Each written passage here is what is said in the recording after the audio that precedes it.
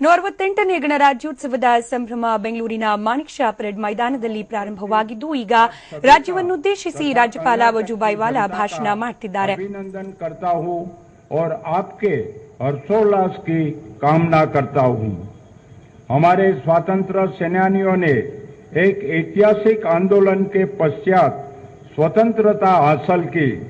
महात्मा गांधी जी के नेतृत्व में स्वतंत्रता संग्राम में शामिल सभी सेनानियों को तथा शहीदों को हम श्रद्धापूर्वक नमन करते हैं।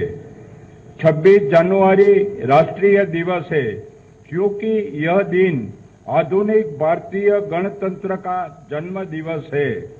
हर साल गणतंत्र दिवस इसीलिए मनाया जाता है कि भारत की जनता इस बहु भाषा भाषी एवं सांस्कृतिक देश का नागरिक होने पर गर्व महसूस कर सके। इस ऐतिहासिक दिन पर भारतीय संविधान को अधिकृत रूप में अपनाया गया। फलस्वरूप भारत एक लोकतांत्रिक गणराज्य के रूप में स्थापित हुआ, जहां अभी नागरिक समान अवसर के साथ देश की प्रगति एवं विकास में अपना बहुमूल्य योगदान दे सके। बाद में 42वें संशोधन के माध्यम से हमने अपने संविधान की प्रस्तावना में समाजवादी और धर्मनिरपेक्ष जैसे मूल्यवान शब्दों को जोड़कर उसे समृद्ध बनाया। भारत के लोग संवैधानिक माध्यमों के जरिए अन्य लोकतांत्रिक देशों के साथ विश्व स्तर पर देश की प्रगति एवं समृद्धि में शामिल हो गए। इसी दिन हम अपनी लोकतांत्रिक संस्थाओं को मजबूत करने एवं विधि का पालन कर स्वयं को समर्पित करने की प्रतिज्ञा करते हैं।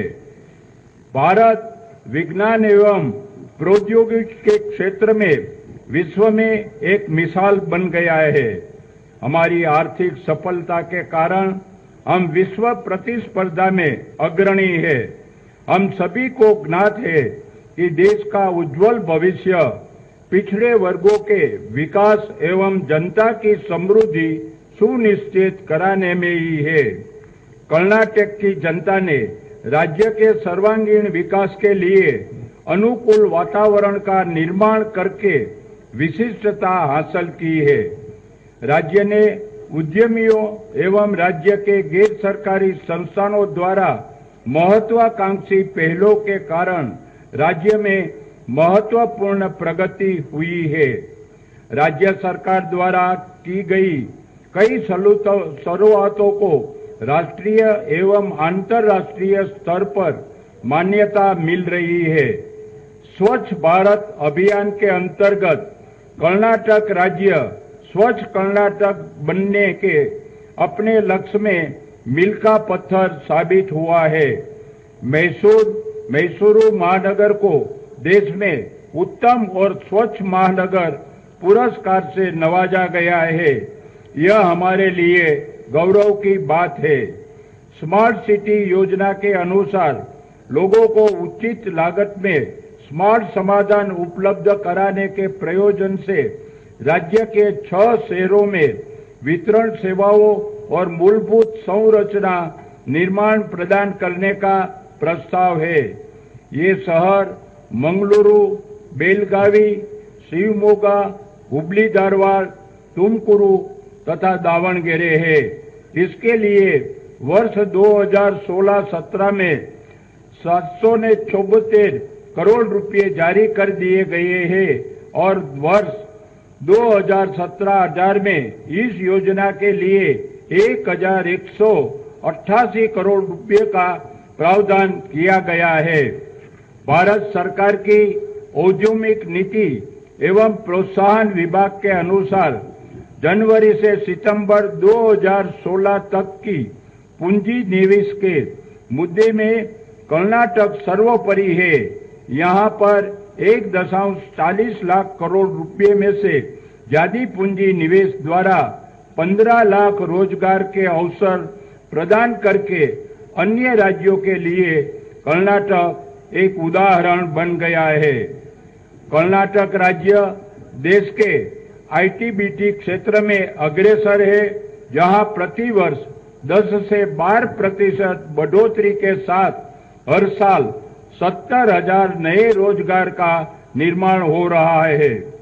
कर्नाटक ग्लोबल इंफॉर्मेशन सिस्टम के सर्वोत्कृष्ट कार्यक्रम में विभागों और नागरिकों को स्थानीय भौगोलिक सूचना उपलब्ध कराने हेतु सुशासन में साझा मंच प्रदान करता है। कर्नाटक ने देश में ऑनलाइन एपीएमसी प्रबंधन, राष्ट्रीय ई मार्केट सेवाओं की स्थापना की है। किसानों को कृषि उत्पादनों के लिए फसल कटाई से लेकर कटाई के बाद तक की सुरक्षा के लिए कस्टम हायरिंग केंद्रों के साथ किसान उत्पादक संघ की स्थापना की गई है। वर्षा जल संरक्षण कार्यक्रम, कृषि भाग्य तथा कृषि अभियान एवं 103 कृषि बाजारों को ऑनलाइन किया गया है और इस तरह प्रौद्योगिकी से जोड़ा गया है।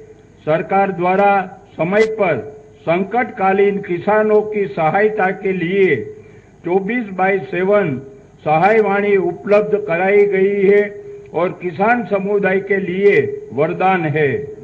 राज्य में पशु टीकाकरण के उत्पादक उपलब्ध कराए गए हैं और प्राणियों में फैलने वाले विविध संक्रामक रोगों का नियंत्रण एवं निवारण करके राज्य को स्वस्थ प्राणियों का समृद्ध राज्य बना दिया है।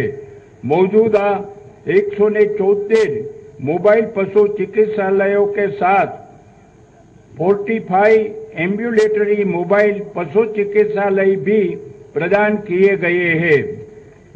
नई दिल्ली में आयोजित बैठक में विश्व बैंक द्वारा ली गई समीक्षा में आलमट्टी और नारायणपुरा डैम पुनर्वसवान एवं सीडब्ल्यूसी के कार्य में हुई प्रगति के परिणाम स्वरूप राज्य को उत्कृष्ट सेवा पुरस्कार से सम्मानित किया गया।